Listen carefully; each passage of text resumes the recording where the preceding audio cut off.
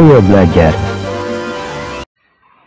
Assalamualaikum warahmatullahi wabarakatuh. Salam jumpa di channel YouTube Coach Rela Sholala. Semoga kita semua senantiasa berada dalam keadaan sehat walafiat serta lindungan Tuhan Yang Maha Esa. Amin. Tetap semangat ya. Video pembelajaran kali ini yaitu membaca dan menafsirkan data. Namun sebelum dilanjutkan, jangan lupa ya, tekan like, tekan subscribe bagi yang belum, tekan lonceng untuk dapat notifikasi video-video terbaru. Selamat menyimak.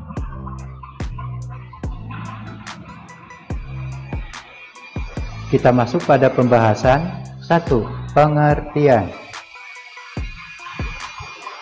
Statistika adalah ilmu yang mempelajari bagaimana merencanakan, mengumpulkan, menganalisis, menafsirkan, dan mempresentasikan data.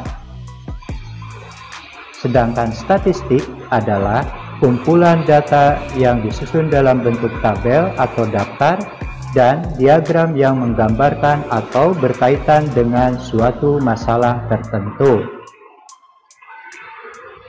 Adapun data merupakan catatan informasi yang diperoleh berdasarkan fakta. Sumber data dapat diperoleh secara langsung atau dari sumber yang sudah ada. Data yang diperoleh secara langsung dapat berupa data hasil wawancara dengan narasumber. Data juga dapat diperoleh dari hasil pengisian kuesioner atau angket. Data dari sumber yang ada, misalnya laporan keuangan, data absensi, atau data hasil sensus penduduk yang telah dilakukan oleh Badan Pusat Statistik.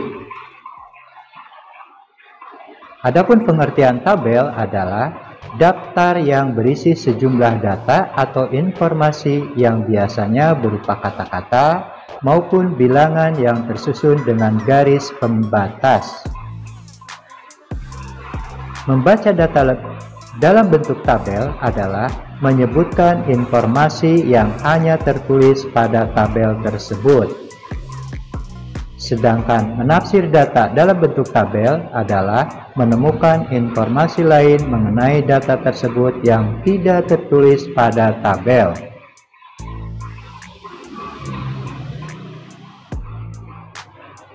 Dua, menyajikan data dalam bentuk tabel.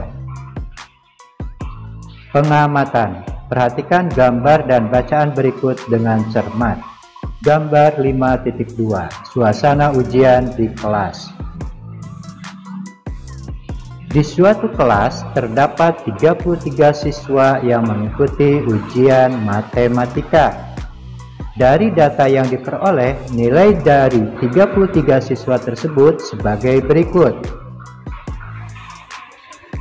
Dari data yang tersaji, tugas kita adalah membaca dan menafsirkan data tersebut. Dari data yang tersaji, kita akan kesulitan untuk membaca dan menafsirkannya. Bagaimana caranya supaya kita bisa membaca dan menafsirkan data tersebut? Ikuti terus penjelasannya. Sajikan nilai hasil ujian dari data di atas ke dalam bentuk tabel.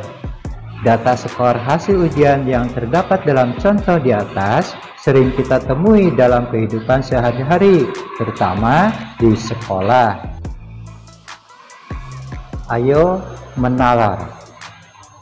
Pada pengamatan, sebelum membuat diagram batang, kalian mendaftar data yang diperoleh dalam bentuk tabel. Di bawah ini adalah tabel skor hasil ujian matematika. Tabel 5.1. Nilai hasil ujian matematika. Dalam tabel terdapat 4 kolom. Kolom pertama untuk nomor, kolom kedua untuk nilai hasil ujian matematika, dan kolom ketiga untuk tulis, dan kolom keempat untuk frekuensi atau banyaknya.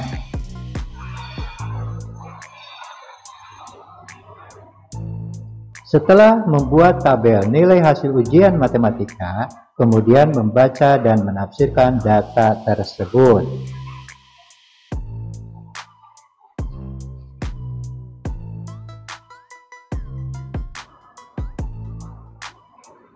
Tiga, membaca dan menafsirkan data dalam bentuk tabel.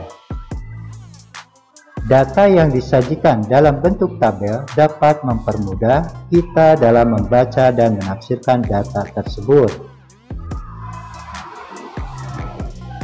Membaca data. Siswa yang mendapat nilai 50 ada 1 orang.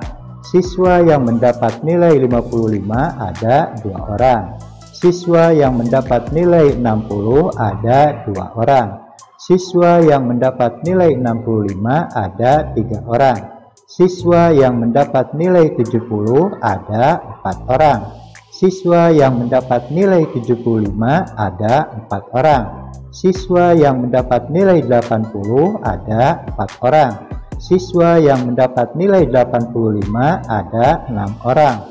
Siswa yang mendapat nilai 90 ada 3 orang. Siswa yang mendapat nilai 95 ada 2 orang. Dan siswa yang mendapat nilai 100 ada 2 orang. Pertanyaannya, siswa yang mendapat nilai di bawah 70 ada berapa orang? Siswa yang mendapat nilai di atas 50 ada berapa orang?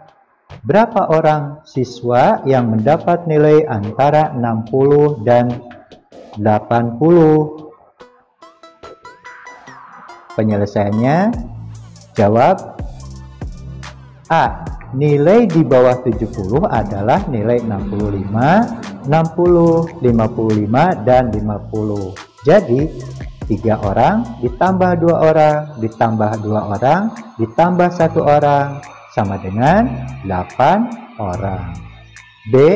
Nilai di atas 50 adalah jumlah semua siswa dikurangi jumlah yang bernilai 50. Jadi, 33 dikurangi 1 orang sama dengan 32 orang. C. Nilai di antara 60 dan 80 adalah nilai 65, 70, dan 75. Jadi, 3 orang ditambah 4 orang ditambah 4 orang sama dengan 11 orang. Menafsirkan data. Nilai 85 merupakan nilai yang paling banyak diperoleh siswa. Nilai 50 merupakan nilai yang paling sedikit diperoleh siswa.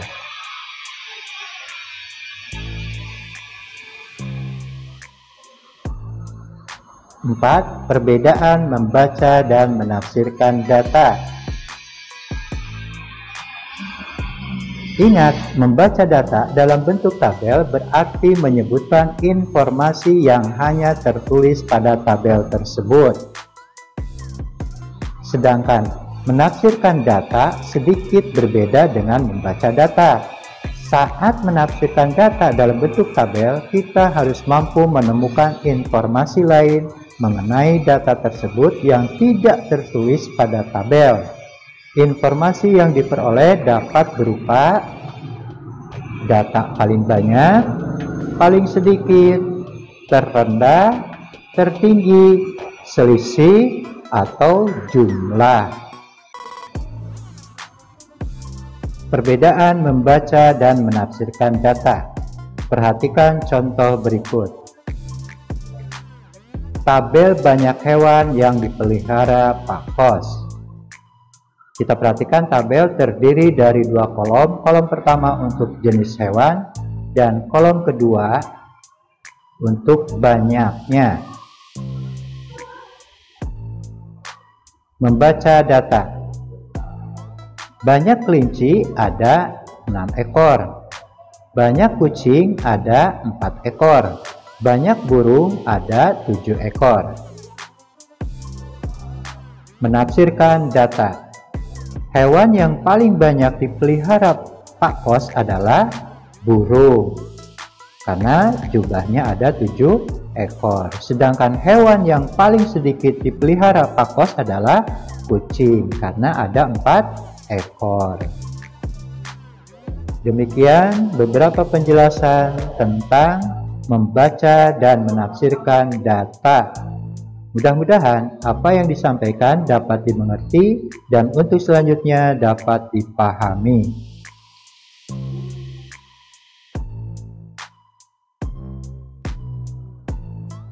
Wassalamualaikum warahmatullahi wabarakatuh.